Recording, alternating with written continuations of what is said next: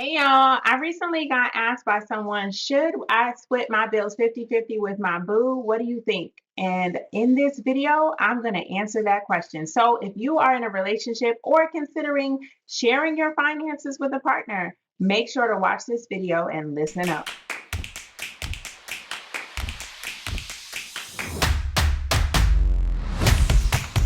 Hey y'all, my name is Aquania Escarne. I'm the creator and founder of The Purpose of Money, a platform that teaches women how to build wealth through life insurance and real estate.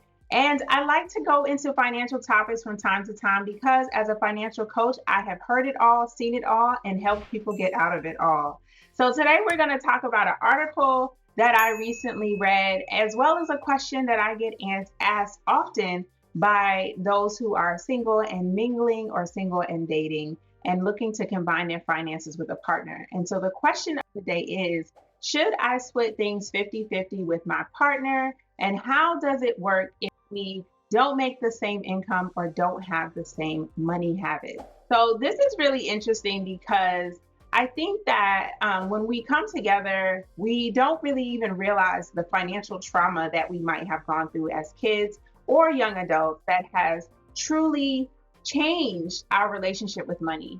And so when it comes to combining your finances with someone else, it's way more than just about your salary, your income, and maybe your spending habits, right? It could be where you come from, it could be your background, it could be even your financial literacy, right? Like how much you know about money versus how much they know about money can truly alter how you handle money together. When me and my husband were dating, for example, we were dating, so we didn't have any combined finances. But interestingly enough, when we started dating, he trusted me enough to get a credit card. He made me an authorized user on his credit card. And honey, that could have gone one or two ways, right? Like I could have been crazy and ran up a charge and then left it on him to pay if it didn't work out. Or I could have been responsible like I was, and we still have that card today. So there's so many different things that can happen when you choose to combine your finances, but you have to be really careful. So we'll talk about that credit card situation and authorized users in another episode. But in this one, I wanted to focus on some tips to help you if you're debating combining your finances with a partner and you're not quite sure how to get started. So in the article that I read that made it super interesting and caught my attention is that the two people were getting about the same salary. Let's say they were two $100,000 income earners. So they were making the same amount of money, but they still didn't have the same type of bills. So here's what I mean by that. So the young lady in the relationship making $100,000 a year was also someone who had student loan debt, and she'd worked really hard the previous year to pay off 20K in her student loans and wanted to pay off the remaining 40K in the next year or two, right? Whereas her boyfriend of 2 years, also making $100,000 a year, had no debt, so no student loans. And then she found out by accident when he showed her his bank information to transfer money to pay for something they were splitting, that he has $500,000 in savings. And she was like, whoa, what's going on here? Should we talk about this? So it sparked a really interesting conversation because when you find out that your partner either has more money than you or more savings than you, like how do you handle that?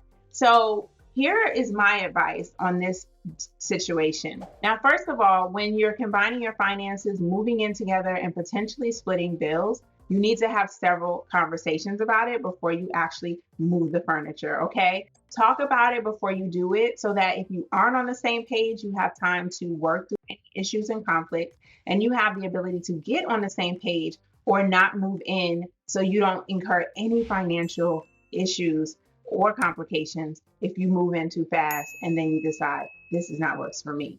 So I definitely think they should talk about it, but I think that that's normal. I think that people do come from different backgrounds when they come to putting their money together. And although they are in no obligation to support each other because they are dating, they are not married, I do think they still should talk about it, right? Like if it makes her feel a certain type of way that he has significant savings and she doesn't, or he might be asking her to pay for things 50-50 that she can't afford or doesn't want to put her money towards those expenses, that's something they should talk about. And so it was really cool in this article how she did highlight when they're furnishing their apartment together, there are things that he wanted to buy, like a $2,500 couch, that she didn't necessarily agree with. And when she thought about putting her half up for the couch, she could only think about her student loan debt that she'd rather pay off instead.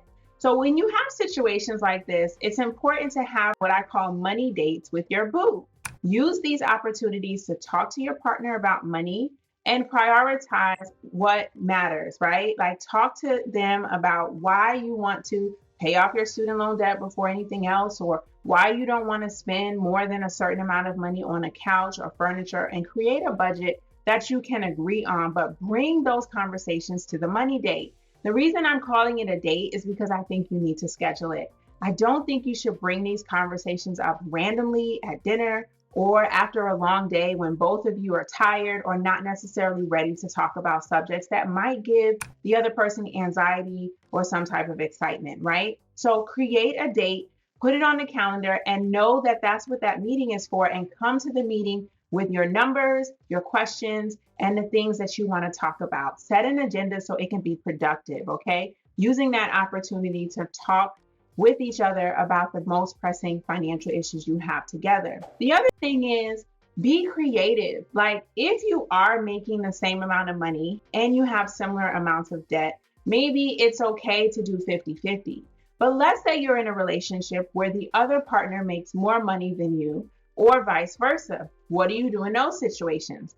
If you want to, you can still split things 50-50, or you can do a percentage situation, and maybe you do 30-70 or 60-40 based on the other person's income. I've also had some clients who will divide the bills accordingly, like, hey, I don't make as much money as my spouse, but I take care of the food bills, the daycare bills, and the things inside the home.